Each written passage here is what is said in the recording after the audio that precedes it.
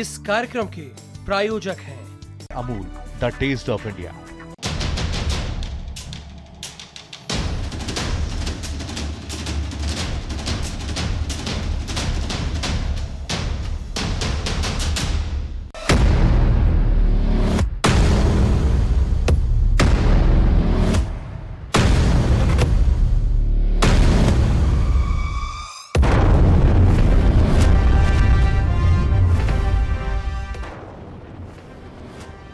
नमस्कार, बहुत बहुत स्वागत और अभिनंदन आप सभी का द डिबेट में। मैं ब्रजेश मिश्रा हूं।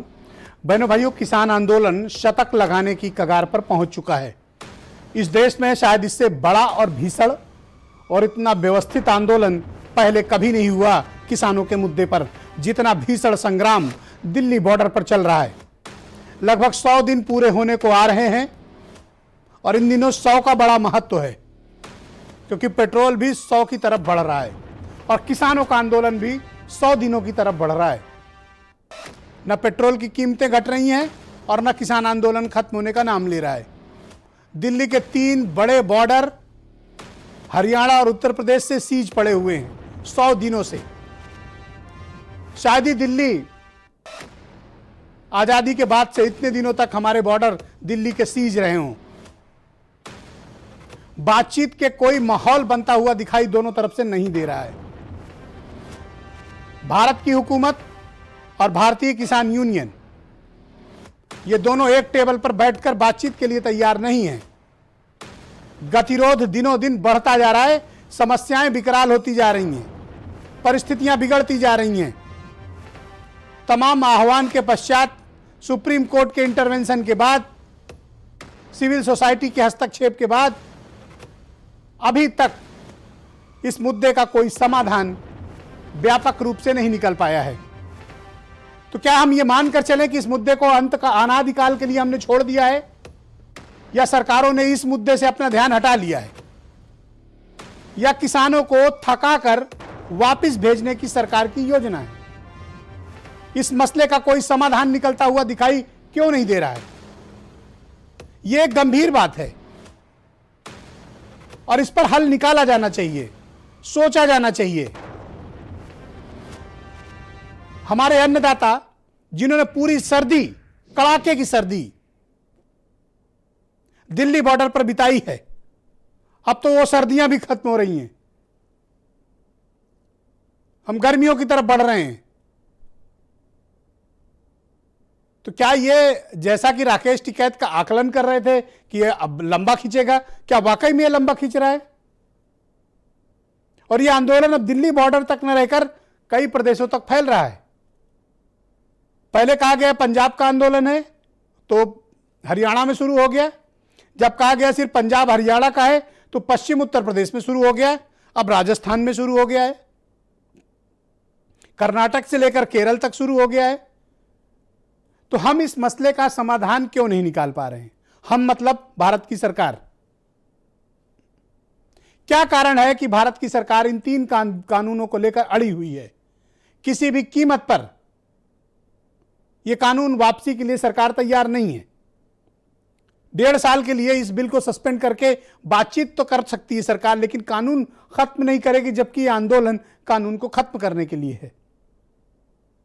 इन दिनों एक बहुत ही डिस्टर्बिंग और बहुत ही परेशान करने वाले वीडियोज और खबरें आ रही हैं, जो व्यक्तिगत रूप से मुझे बहुत विचलित करते हैं। तमाम किसान भाई नाराजगी के कारण, इस आंदोलन की वजह से, खेती से जुड़े 3 कानूनों के विरोध में अपनी खड़ी फसलें जोत रहे हैं, अपनी खड़ी फसलों को गिरा रहे हैं। यह बहुत ही दुर्भाग्यपूर्ण बात है। विशेष तौर पर पश्चिम उत्तर प्रदेश में मेरठ, बागपत, अमरोहा, हापुड़, बिजनौर और सहारनपुर से ऐसी खबरें आई हैं, ऐसे वीडियोज आए हैं, अभी हम आपको दिखाएंगे, जहां किसान गुस्से में और नाराजगी के कारण अपनी खड़ी फसल को जोत दे रहा है, खड़ी फसलों को बर्बाद कर दे रहा है किसान। हम कब तक इस प्रकार की परिस्थितियों को देखेंगे? और यह क्या हुकूमतों की संवेदनशीलता नहीं है कि वो किसानों से बात करें? कम से कम ऐसा करने से उन्हें रोकें। यह रोका जाना जरूरी है। अगर किसान भाई अपनी मेहनत की फसल को इस प्रकार से तहस नहस कर देंगे, जैसा कि आप वीडियो में देख रहे हैं। यह बहुत तकलीफ की बात है। किसान अपनी फसल को अपने बच्चों की तरह प्यार करता है, बोता है, सींचता है, उगाता है और ध्यान रखता है। फसल के बाजार में बिकने तक वो उसका ध्यान रखता है। और आज यही किसान पश्चिम उत्तर प्रदेश के 8 जिलों से मेरे पास रिपोर्ट आ चुकी है, वहां किसान अपनी खेत को जोत रहा है, अपनी पूरी फसल को जोत दे रहा है, फसल को नष्ट कर रहा है। क्या हमारे समक्ष इस प्रकार की परिस्थितियां किसानों में एक जबरदस्त असंतोष उत्पन्न नहीं करेंगी? निश्चित रूप से करेंगी। और यह आने वाले वक्त में यह नाराजगी का स्तर बढ़ा तो इस बात की भी गारंटी कोई नहीं ले सकता कि खाद्यान्न का संकट नहीं होगा। कोई सब्जी की फसल तबाह कर दे रहा है, कोई गेहूं की फसलें तबाह कर दे रहा है, कोई सरसों उजाड़ दे रहा है। तो मैं अपने किसान भाइयों से करबद्ध निवेदन करूंगा, प्रार्थना करूंगा कि ठीक है, सरकार आपसे बात नहीं करने आ रही, पर हम लोग आपसे बात कर रहे हैं। मीडिया आपसे मुखातिब है, सिविल सोसाइटी आपसे मुखातिब है, इस देश का बुद्धिजीवी वर्ग आपसे मुखातिब है। कृपया ऐसा ना करें। अपनी फसलों को इस प्रकार से तबाह और बर्बाद अपनी किसी नाराजगी या विरोध की वजह से ना करें। यह आपके लिए भी उचित नहीं है, आपके परिवार के लिए भी उचित नहीं है, भारत के किसानों के लिए भी उचित नहीं है और इस देश के लिए भी उचित नहीं है। तो क्या इस समस्या को भारत की सरकार ने अनिश्चित काल के लिए छोड़ दिया है कि जाओ और बैठे रहो आंदोलन पर, हमें तुमसे कोई लेना देना नहीं है? अभी कुछ दिनों पहले राकेश टिकैत ने चेतावनी दी कि 40 लाख ट्रैक्टर लेकर भारत की संसद घेरेंगे। राजस्थान, पश्चिम उत्तर प्रदेश, पंजाब, हर जगहों पर लगातार बड़े प्रदर्शन हो रहे हैं।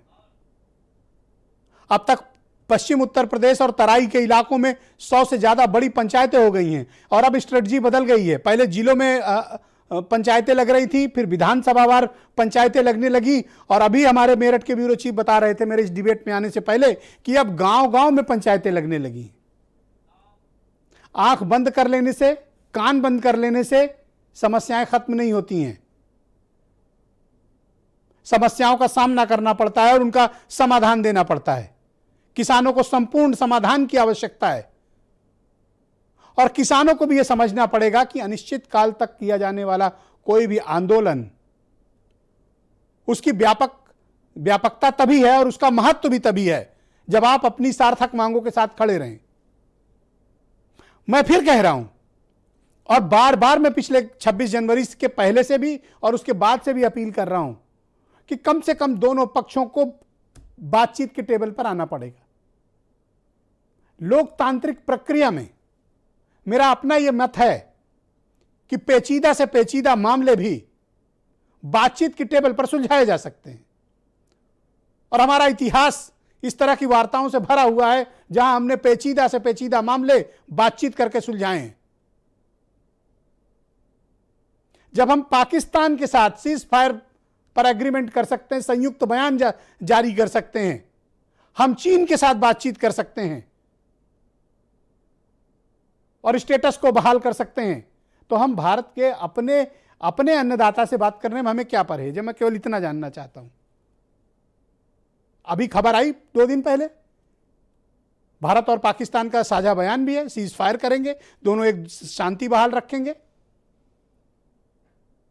चीन वाला प्रकरण आपको पता ही है। तो जब पाकिस्तान और चीन से बात हो सकती है तो इन किसानों से बात क्यों नहीं हो सकती?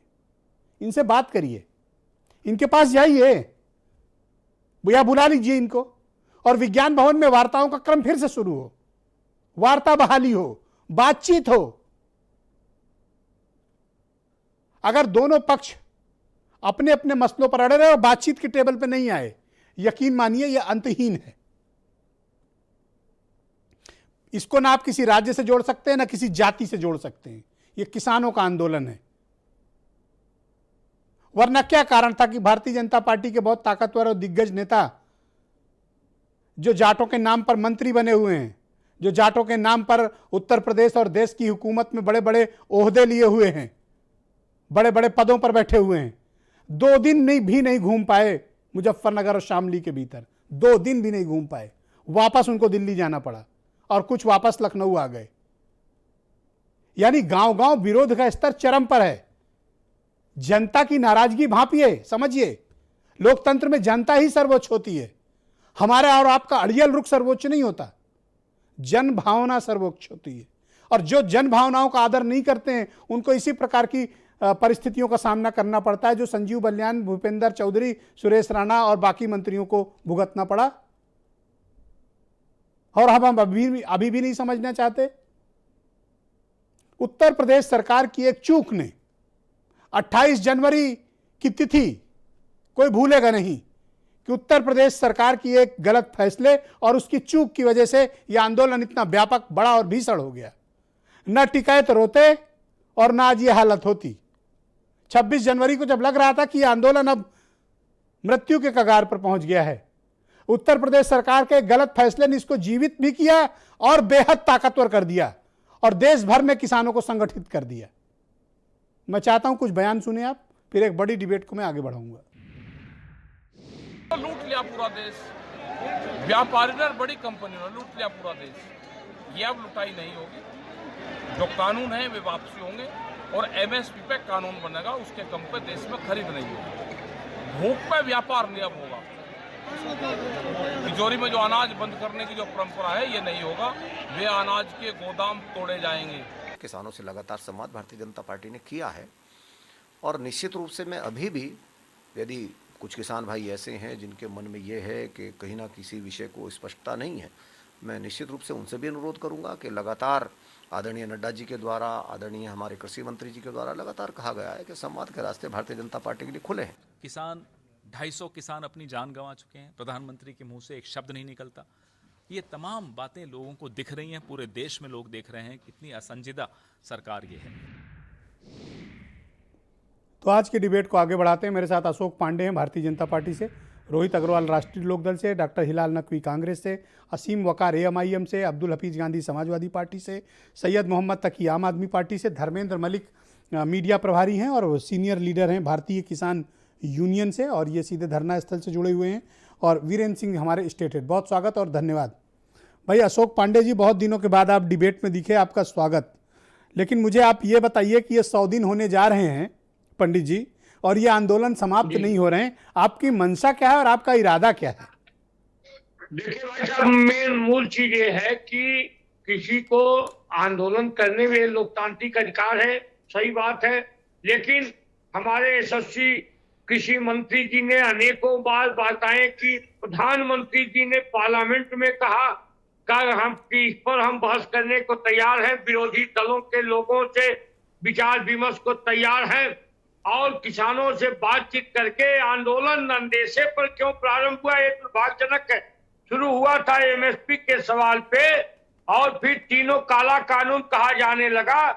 और ये सही बात है कि किसानों के आंदोलन में जो किसानों के हित की बात होगी वही हमारी सरकार करेगी और उसी पे, लेकिन हल तो ये वार्ता से ही निकलेगा। ले हम किसी पर आरोप तो नहीं लगाना चाहते, लेकिन उसी आंदोलन में ये न खालिस्तान के नारे लगे कि नहीं, उसी आंदोलन में पाकिस्तान जिंदाबाद लगना क्या अच्छी बात है। 26 जनवरी को कहा गया कि हमारे वॉलंटियर्स ध्यान रखेंगे और जिस तरह से राष्ट्रीय ध्वज का अपमान किया गया, खालिस्तान का झंडा लगा, ये क्या दुर्भाग्यजनक नहीं है?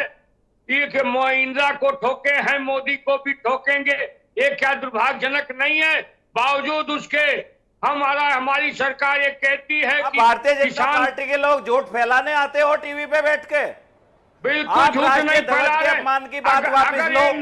आप झूठ फैलाने आते हो, वीडियो देखो। अगर 26 जनवरी को किसी ने झंडे की तरफ उंगली नहीं की। धर्मेंद्र मलिक जी पहला राउंड है। धर्मेंद्र मलिक जी प्लीज, पहले राउंड में नो इंटरप्शन प्लीज।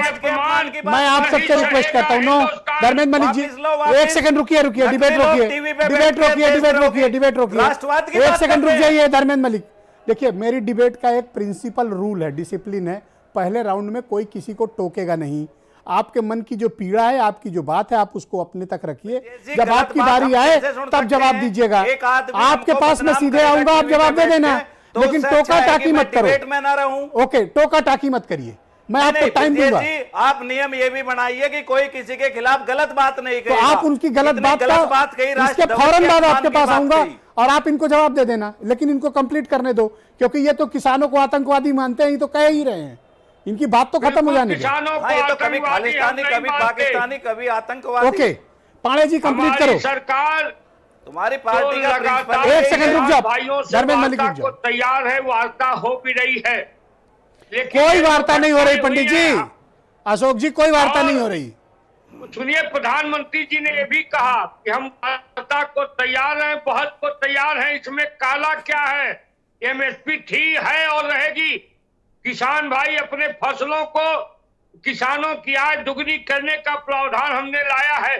किसान भाइयों को हम ही लोगों ने, उत्तर प्रदेश सरकार ने तो पहली बार आते ही किसानों का ये भी पहली बार हुआ पंडित जी कि 4 साल से गन्ने का रेट नहीं बढ़ाए हो। गन्ने के, लेकिन फसल का भुगतान हमने किया है। 18,000 करोड़ हम बकाया करते है। रहेंगे। आपको लग रहा है सरकार ने डाटा बताया निश्चित तौर नहीं। पे जो बकाया है उसका भुगतान करने के लिए थैंक यू। योगी जी ने कहा अब है। मैं धर्मेंद्र मलिक को बुलाता हूं। Thank you. धर्मेंद्र मलिक भारतीय किसान यूनियन के राष्ट्रीय प्रभारी और अभी बीच में बोलने के लिए भी तत्पर थे।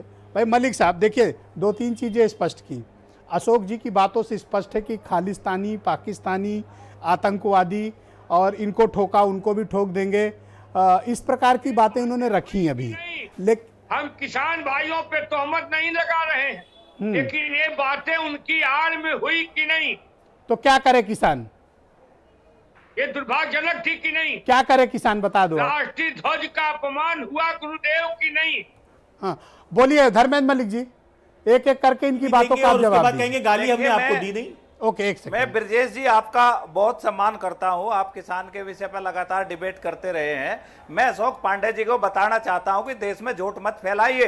राष्ट्र ध्वज की तरफ किसी ने उंगली करके भी नहीं देखी, एक खाली पोल पड़ा था और एक खाली अशोक जी बीच में मत बोलिए, लगाया सिर्फ गया, धर्मेंद्र मलिक जो बोलेंगे। निशान साहब आर्मी में भी लगता है। अब पंडित जी चुप होकर सुनिए, वो निशान साहब जो है फतेह के बाद हर जगह फहराया जाता है, गलवान घाटी में फैलाया गया। ये थी एक बात। दूसरी बात, आप कह रहे कि कानून में काला क्या है, तो आप ये बताओ कानून में सफेद क्या है। दूसरा, मैं ये कहता हूं कि आप कहते थे कि एमएसपी है, थी और रहेगी। एमएसपी ना है, ना थी और ना रहेगी। agri.net सरकार की वेबसाइट है, हर मंडी का डाटा खोल के देखिए किसान को क्या रेट मिलता है। आपके झूठ का जवाब आपकी सरकारी वेबसाइट देगी। आप प्रधानमंत्री जी की आमदनी दुगनी की बात का जिक्र करते हैं। देश में जो कृषि की ग्रोथ है, 2045 तक किसान की आमदनी दुगनी होगी। डाटा उठा के देखिए, कुछ इकोनॉमिक पढ़िए, अर्थशास्त्र पढ़िए, तब आपको पता लगेगा कि आमदनी कैसे दुगनी होती है। आमदनी दुगनी करने के 2 तरीके हैं, या तो उत्पादन डबल कर दो या फसलों के दाम डबल कर दो। आपने कोई सा भी काम नहीं किया है, तो कृपया झूठ फैलाने का काम ना करें। रही बात आंदोलन की, आंदोलन पूरी ताकत के साथ पूरे देश में खड़ा है। जब तक 3 बिल वापस नहीं होंगे, एमएसपी पर कानून नहीं बनेगा और आपका झूठ बोलना बंद नहीं होगा, तब तक ये आंदोलन चलता रहेगा। क्या आपको लगता है धर्मेंद्र मलिक की बातचीत के रास्ते अभी खुले हैं, बातचीत की टेबल पर दोनों पक्षों को लौटना चाहिए?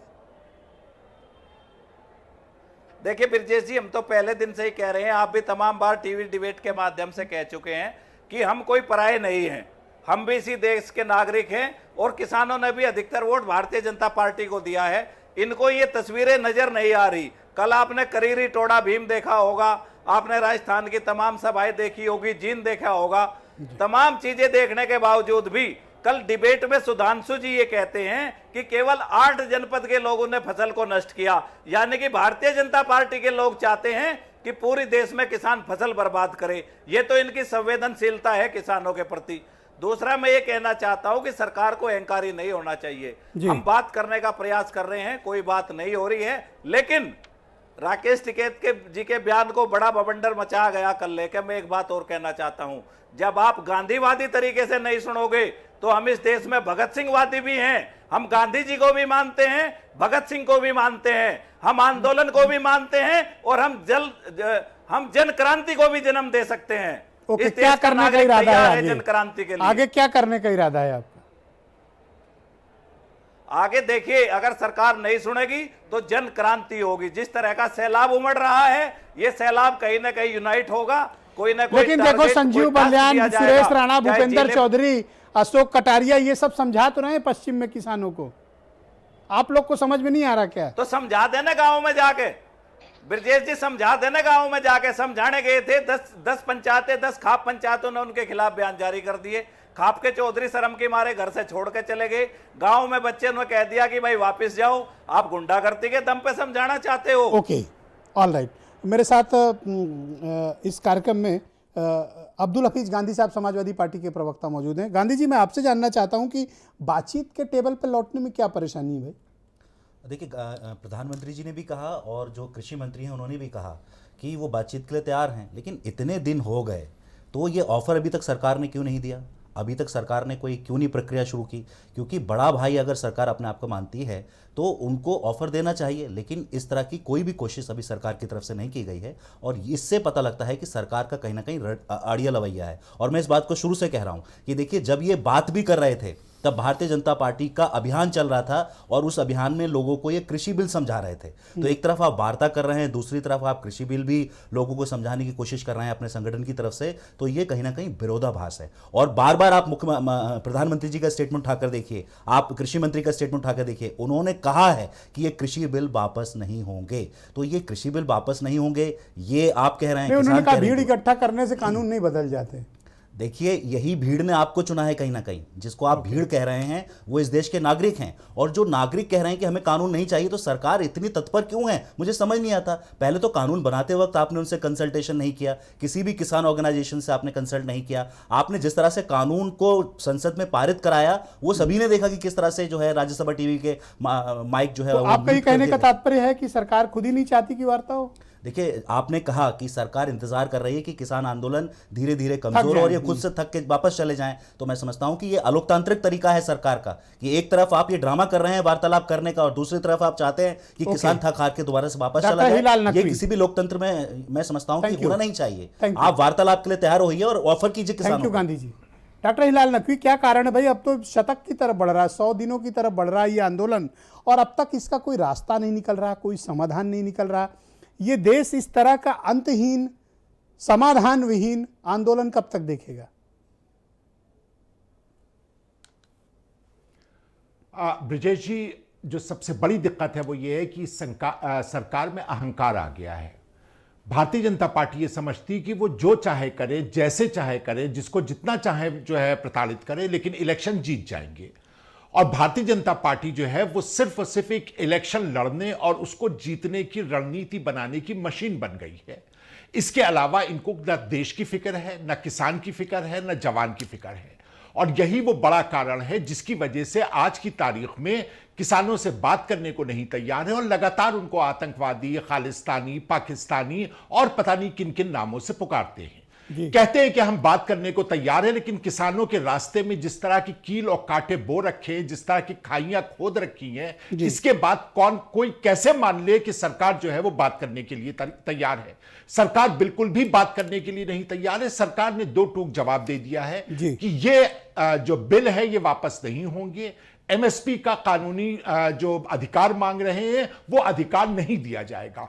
अब किसान जो चाहे करे। आपकी पार्टी इसके आड़ में राजनीतिक आंदोलन चला रही है, वो पूरी तरह से लगे हुए पंचायतें कर रही हैं किसानों के बीच, और आप अपनी पार्टी को राजनीतिक रूप से खड़ा करने की कोशिश इस आंदोलन की आड़ में कर रहे हैं। नहीं ब्रिजेश जी, अगर आप देखिए तो सबसे पहले किसानों की तरफ से अगर ट्रैक्टर लेकर के कोई निकला था तो वो कांग्रेस पार्टी और राहुल गांधी जी निकले थे। और उन्होंने किसानों के लिए इस मांग को उठाया था। रही बात इसकी कि उसकी आड़ में राजनीति कर रहे, नहीं, हम उसकी आड़ में राजनीति नहीं कर रहे हैं। कांग्रेस सकारात्मक राजनीति पर विश्वास रखती है।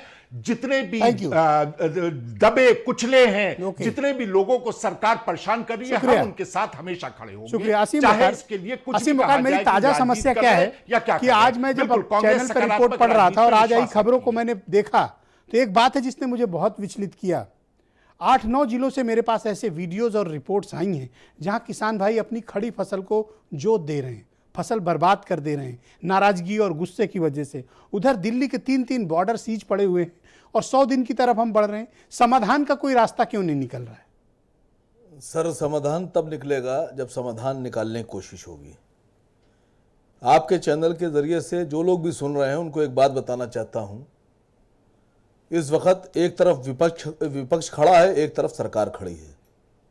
विपक्ष उन लोगों के साथ खड़ा है जो सब्जी, दाल, चावल, गेहूं उगाते हैं और खाते हैं, और सरकार उन लोगों के साथ खड़ी है जो सब्जी, दाल, चावल, गेहूं को बेचने का काम करेंगे।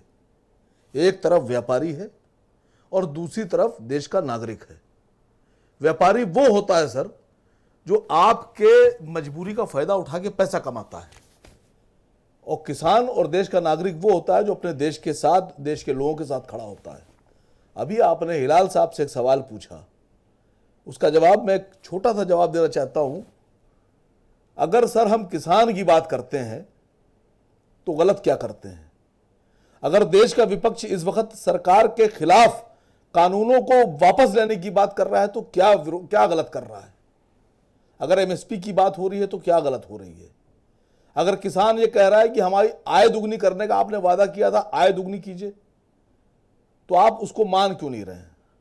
आप देश को खुलकर ये क्यों नहीं बता रहे हैं कि एक तरफ अडानी और अंबानी है और दूसरी तरफ देश का किसान और देश के नागरिक है? देश के लोगों को खुद चुनने दीजिए कि वो अडानी और अंबानी के साथ हैं या किसान के साथ हैं।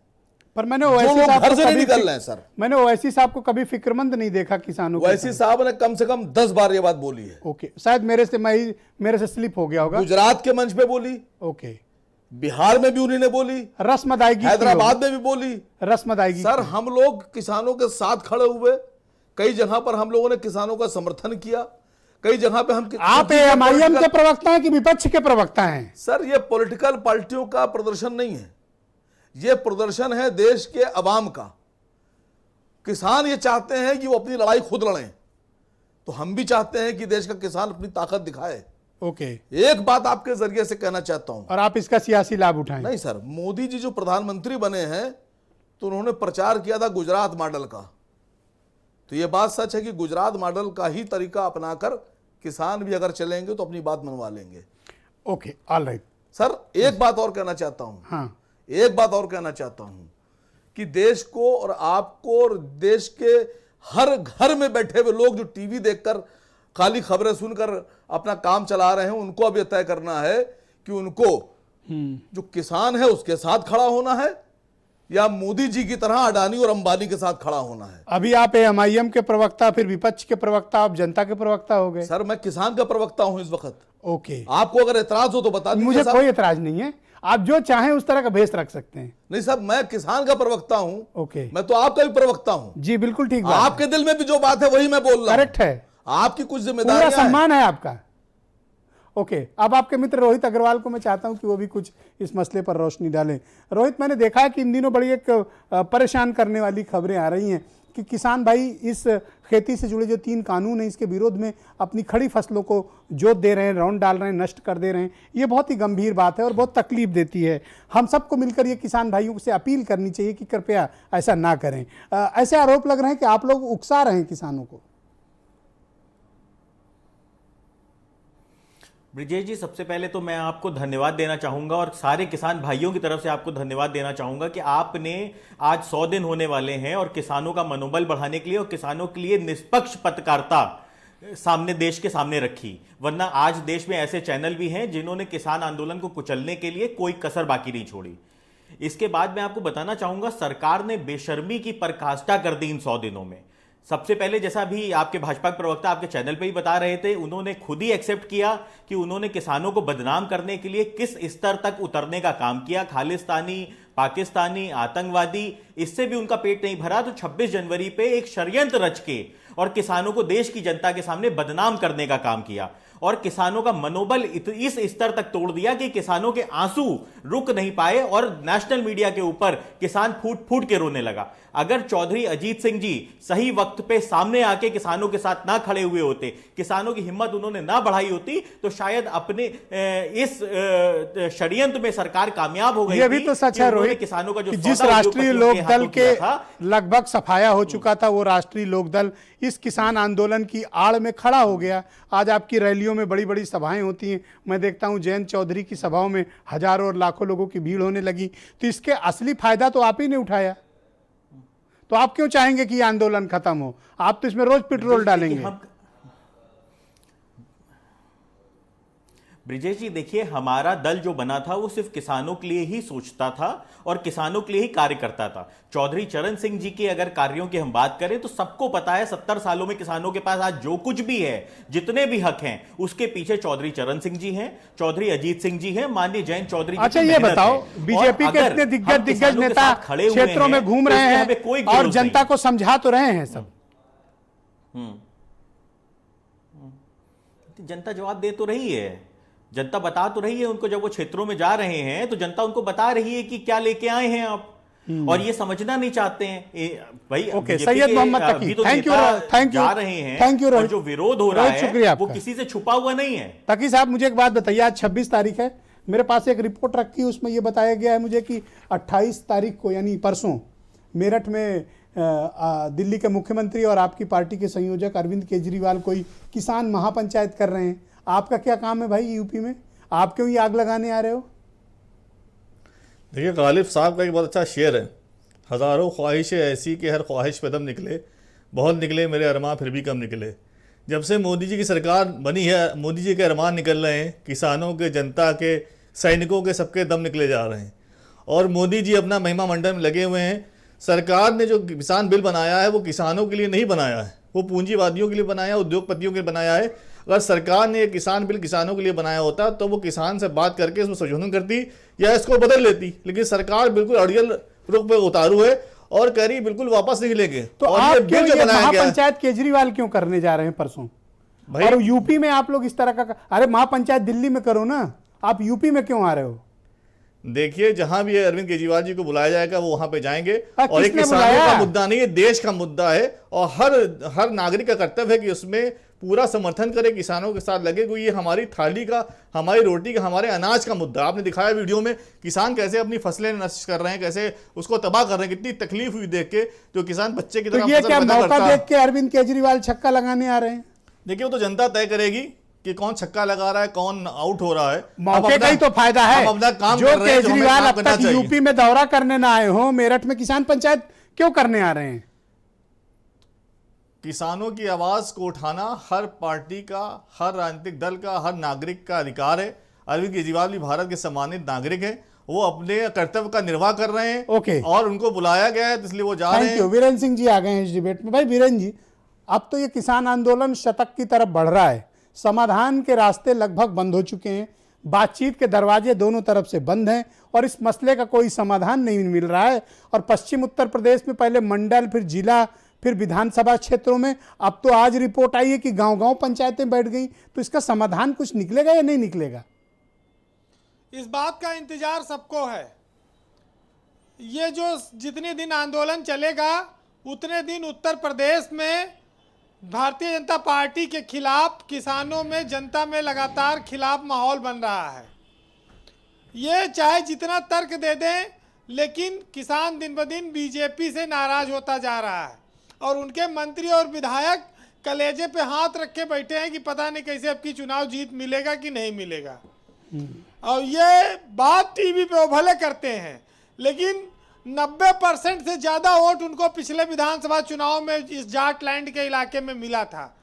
अब की बार क्या स्थिति होगी, दुर्गति होगी, ये अपने आप में उनको डरा रहा है। लेकिन महत्वपूर्ण बात यह है कि किसान 3 महीने से धरने पर बैठा है और वो बिका तक नहीं। तमाम कोशिशें हुई, वो हटा नहीं।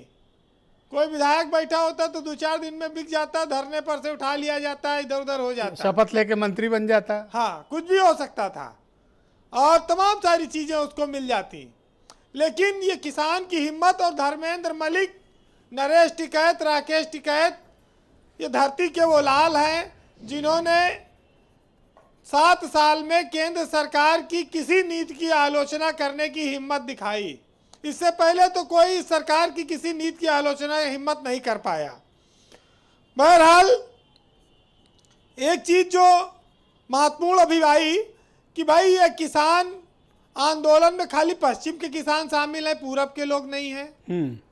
पूरब में अभी आप देखिए बाराबंकी में, बस्ती में, मुंडेरवा में पंचायत हुई है और पूरब के ही किसान भी अब अपना खेत जोतवा रहे हैं। अब वो अपनी खड़ी फसल को जोत कर विरोध प्रदर्शन कर रहे हैं, प्रकट कर रहे हैं। तो आखिर कब बात होगी, कब इस मामले को हल किया जाएगा?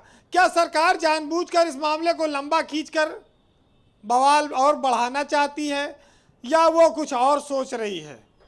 बहुत सारी चीजें हैं। बहुत बार बहुत राजनीतिक डिफरेंसेस जो होते हैं वो भी किसी आंदोलन को खत्म नहीं होने देते। बहुत बड़े बड़े नेताओं के अपने अपने आपसी मतभेद होते हैं जो शायद जनता को और लोगों को दिखते नहीं। लेकिन अभी एक बात आई कि साहब चौधरी चरण सिंह साहब ने किसानों की बात करी और तभी से किसान का सम्मान बढ़ा। ये बात सही है। उनका नारा था कि देश की तरक्की का रास्ता खेतों और खलिहानों से होकर गुजरता है। लेकिन उसके आगे इस नारे को आप नहीं मान सकते जिसको अभी रोहित अग्रवाल कह रहे थे, चाहे चौधरी अजीत सिंह या जयंत चौधरी के लिए। हाँ, ये जरूर रहा कि चौधरी अजीत सिंह ने कोई मौका छोड़ा नहीं। केंद्र की सरकार चाहे किसी की रही हो, वो मंत्री 5-6 बार बन गए, चाहे लूली लंगड़ी सरकार रही और चाहे वो 4 दिन के लिए रही, चाहे हरदन हल्ली रहे हो, चाहे गुजराल रहे हो, चाहे अटल रहे हो, चाहे बीपी सिंह रहे हो, चाहे कांग्रेस रही हो। तो किसान के नाम पर रोहित रुक जाओ, आएंगे। एक काम इन्होंने किया, एक काम तो इन्होंने किया, बाकी और श्रेय नहीं है इनको। अब इस आंदोलन को खत्म कराने की जरूरत है, लेकिन सरकार अगर आज ये ऐलान कर दे कि इन कानूनों का 3 साल के लिए 4 साल के लिए स्थगन किया जाता है तो शायद ये आंदोलन खत्म हो जाए, या सरकार इन सबको जबरदस्ती उठा दे। कोई ना कोई तो करना पड़ेगा, क्योंकि जितना लेट करोगे उतना नीचे तक पानी रिस रहा है और वो दीवार को कमजोर करेगा। बीजेपी की नींव तक वो पानी जा सकता है। तो अपनी पार्टी और सरकार, उत्तर प्रदेश में चुनाव होने वाला है, इसका चुनाव पर जो असर पड़ेगा वो भी इनके लोग जानते होंगे जी। कोई जानबूझकर चुनाव हारना चाहता है तो शायद वो ऐसा कर रहा हो। बहरहाल हमको आपको किसानों के साथ रहना है, अन्नदाता के साथ रहना, चाहे उनको गद्दार कहे कोई, चाहे कोई आंदोलन जीवी का है, चाहे आतंकवादी कहे। वो इस देश के धरती के लाल हैं और उनका हमेशा सम्मान करना पड़ेगा जी। अभी तो 2-4 फसल जुतवा दे रहे हैं, अगर सबने शुरू कर दिया ये धंधा, नहीं हम सबको अनुरोध करना चाहिए। और बीरेन जी, आपको भी बहुत लोग सुनते हैं और बहुत लोग फॉलो करते हैं, आप भी किसान भाइयों से अनुरोध कीजिए कि कृपया फसल ना अपनी बर्बाद करें। देखिए, मैं आज जो लोग आंदोलन पर बैठे हैं उनसे हम लोग शांति की अपील कर सकते हैं, उनसे ये कह सकते हैं कि वो अपनी सरकार के सामने बात रखें, हौसला रखें। इस हौसले पर आज 4 लाइन बोलूंगा जी कि जब टूटने लगे हौसला तो बस ये याद रखना, और बिना मेहनत के हासिल तक तो ताज नहीं होते, और ढूंढ लेना अंधेरों में मंजिल अपनी, और जुगनू कभी रोशनी के मोहताज नहीं होते। ये धरती का सीना चीर कर अनाज पैदा करने वाले लोग हैं, इनका सम्मान हर हाल में हमको करना होगा। सरकारें लेकिन जो व्यवहार कर रही हैं उस पर यह बहुत मौजू है कि कल तक हम किसान थे, आज बेईमान हो गए, और हमारी मेहनत का खाने वाले सब महान हो गए, और गैरों की फितरत है शामिल है दगा करना। और दर्द तो यह है कि जो अपने थे वो भी अनजान हो गए। बहुत बहुत शुक्रिया वीरेन जी, बहुत बहुत धन्यवाद आपका। अशोक पांडे जी, मैं आपसे समझना चाहता हूं कि क्या आप भी ये मानते हैं कि उत्तर प्रदेश सरकार की एक चूक, एक गलती, एक गलत फैसले की वजह से ये आंदोलन आज इतना भीषण और बड़ा हो गया है, जिसका खामियाजा भारतीय जनता पार्टी के संगठन को भुगतना पड़ रहा है? देखिए, आपको बता दें कि अभी ये बार बार जो बात कही जा रही है कि हम किसानों को एक कह रहे हैं, किसानों को एक कह रहे हैं, हम किसानों को नहीं कह रहे। किसान आंदोलन जो हुआ उसकी आड़ में जिस तरह से वो राजनीतिक दल जो अपना अस्तित्व खो गए थे, और जिन लोगों की अपनी राजनीतिक फसल जमीन बंजर हो गई थी, वो भी उसकी आड़ में इस तरह का खुराफात कराने का खूब प्रयास करने लगे। वो जो हमने कहा या जो हमारी पार्टी कह रही है, क्या इस तरह की वारदातें उस आंदोलन की आड़ में हुई या नहीं? प्रधानमंत्री जी ने तो कहा कि हमारा रास्ता एकदम खुला है, जनता खुद आपका विरोध कर रही है और आपको राजनीतिक दलों में प्रॉब्लम है। को तैयार है, आइए ना किसानों के बीच, किसान आपको बता तो रहे हैं, जवाब दे तो रहे किसान आपको। हो रही है, अब आपने एक बात सही क्या कहा, आपको वो जवाब अच्छा नहीं एक लग रहा सेकंड है? रोहित रुक जाओ, रोहित रुको। वार्ता से ही समाधान होगा। आपने बेशर्मी की इतनी पराकाष्ठा कर दी है। ओके रोहित, एक आपको सेकंड रुक किसानों जाओ। का रोहित विरोध प्लीज, दिखाई नहीं पड़ता है। रोहित समस्या प्लीज तो डू नॉट ये है। इंटरप्ट। रोहित प्लीज। पांडे जी, क्या आप ये मानते हैं कि आपकी उत्तर प्रदेश की सरकार की गलती के कारण यह आंदोलन इतना बड़ा और भीषण हो गया है? या आपके अफसरों ने यह आंदोलन को ताकत दे दी? इस सरकार पर नौकरशाही हावी है उत्तर प्रदेश की सरकार पर? देखिए, ऐसी बात नहीं है। हमारे यशस्वी प्रधानमंत्री की, हमारे कृषि मंत्री जी लगातार किसान भाइयों से वार्ता कर रहे हैं। प्रधानमंत्री पर इस आंदोलन को ताकत, विरोधी इस आंदोलन को पुनर्जीवित उत्तर प्रदेश की सरकार के एक गलत फैसले ने किया है।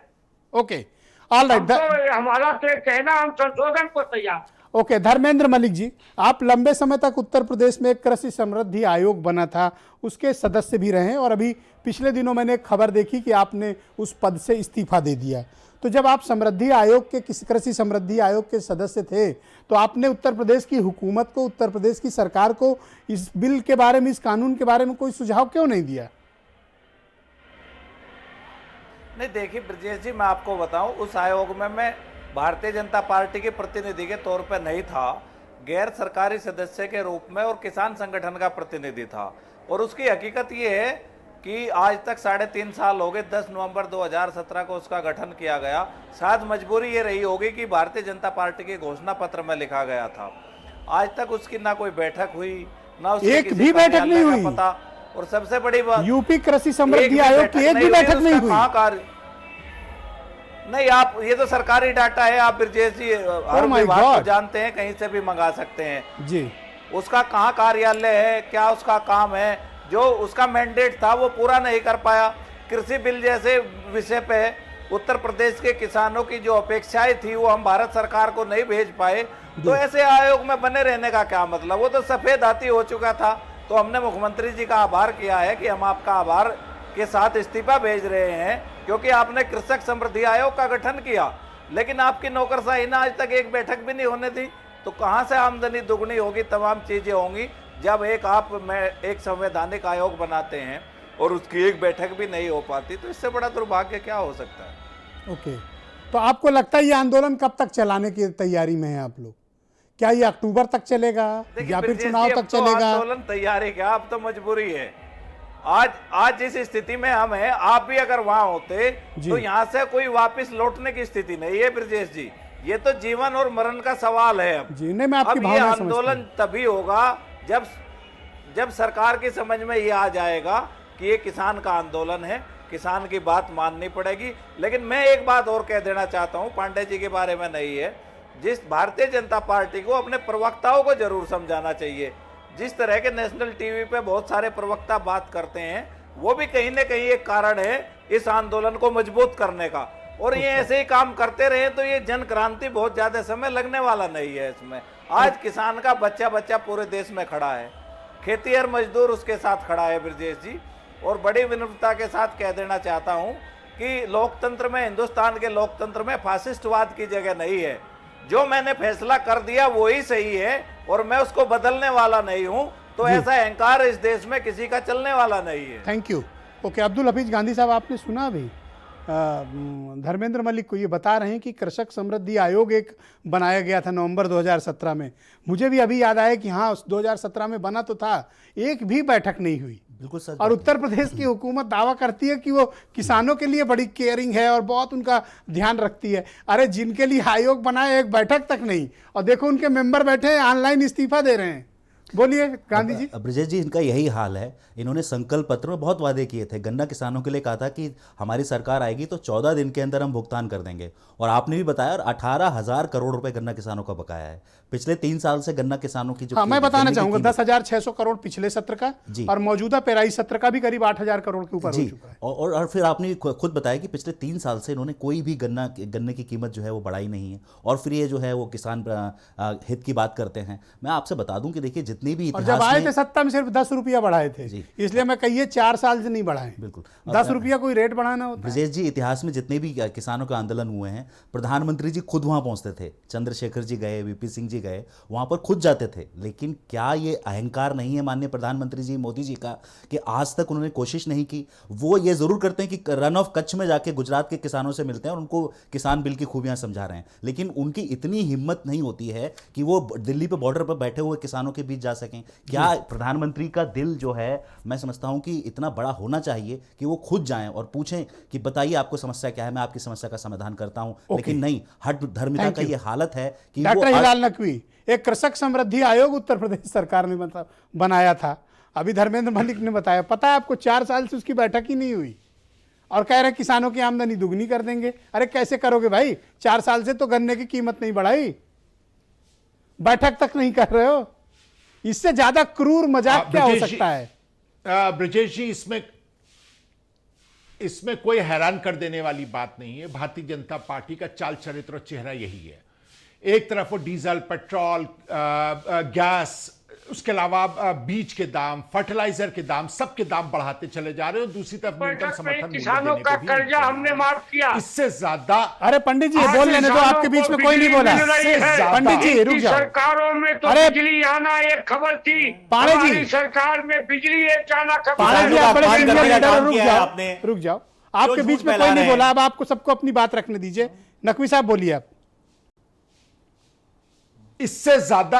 इससे ज्यादा क्रूर सरकार क्या हो सकती है, जिसकी केवल एक ही नीति है कि ये देश जो है वो हम दो और हमारे दो का है जी। आज की तारीख में हिम्मत नहीं है, हम खुला चैलेंज देते हैं, हिम्मत नहीं है इस सरकार की कि इन 3 कानूनों को वापस ले ले, क्योंकि इस 3 कानूनों से पहले हजारों करोड़ का इन्वेस्टमेंट हम दो हमारे दो के जो है उनका हो चुका है। Thank you sir. इतना इन्वेस्टमेंट करने के सर। बाद असीम सरकार जो है उनको असीम बकार, देखिए किसानों के साथ क्या जब उनको मुंह नहीं दिखा पाएगी तो आगे क्या इलेक्शन आयोग बनाया किसानों की हालत सुधारने के लिए, ये पूरा बैठक तक 4 साल नहीं हुई। केवल 2 लोगों के ये बताता है कि सरकार कैसे उनकी झोलियां भर किसानों के लेकर कोई गंभीर नहीं है उत्तर प्रदेश में।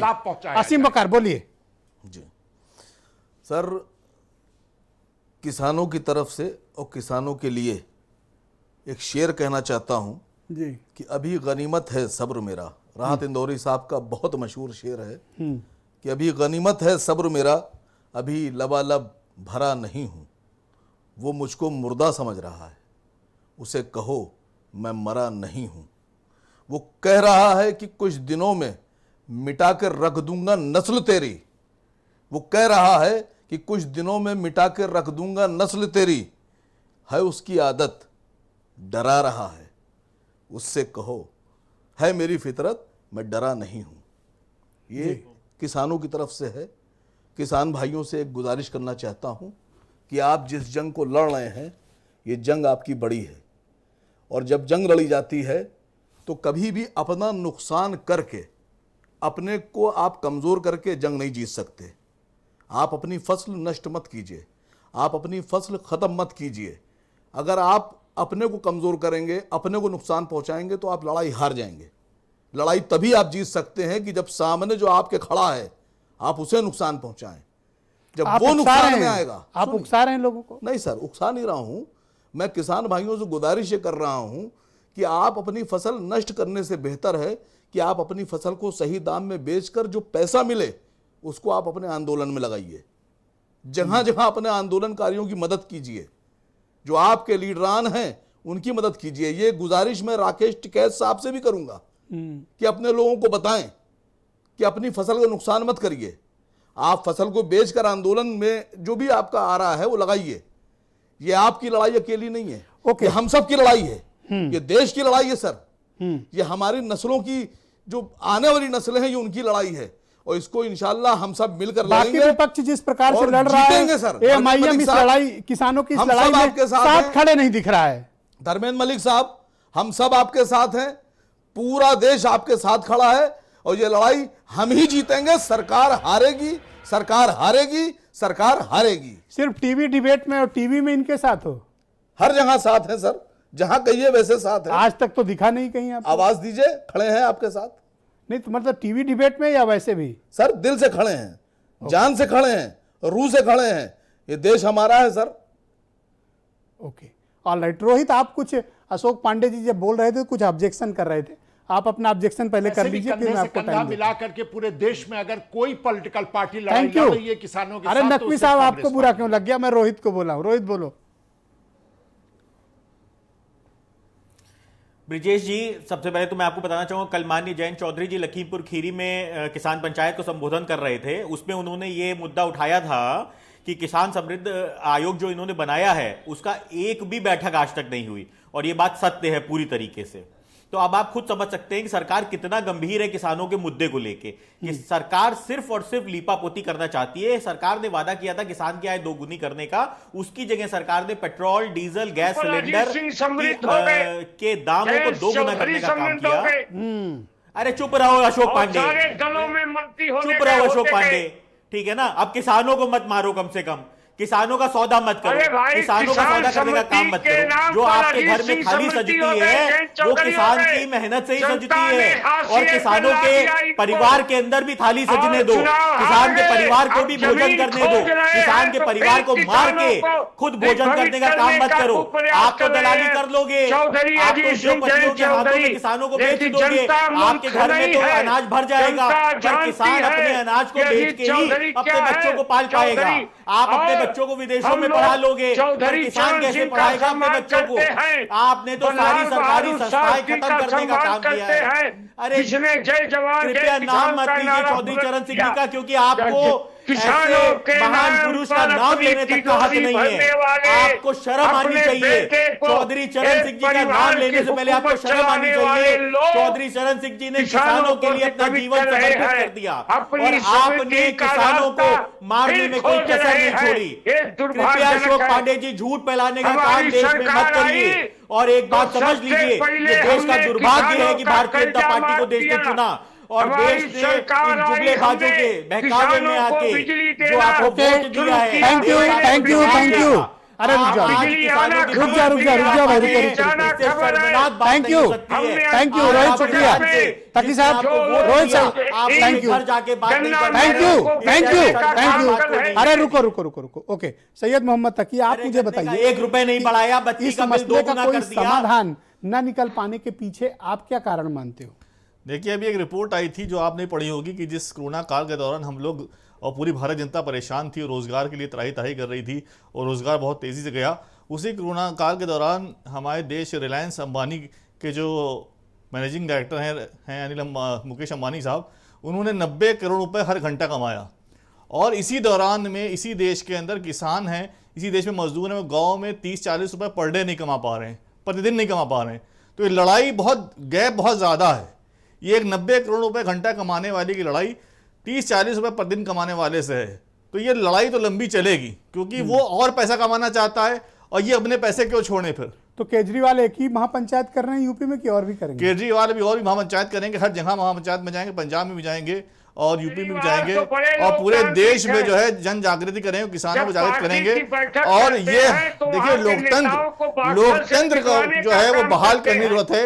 लोकतंत्र को केजरीवाल जी, पांडे जी कह रहे हैं केजरीवाल बरगलाते हैं। अरे ये तो हमेशा से कहते हैं, ऐसे चले आए कि खुद ही बरगलाए हुए लोग हैं, तो उनको हर कोई बरगलाए लगते हैं।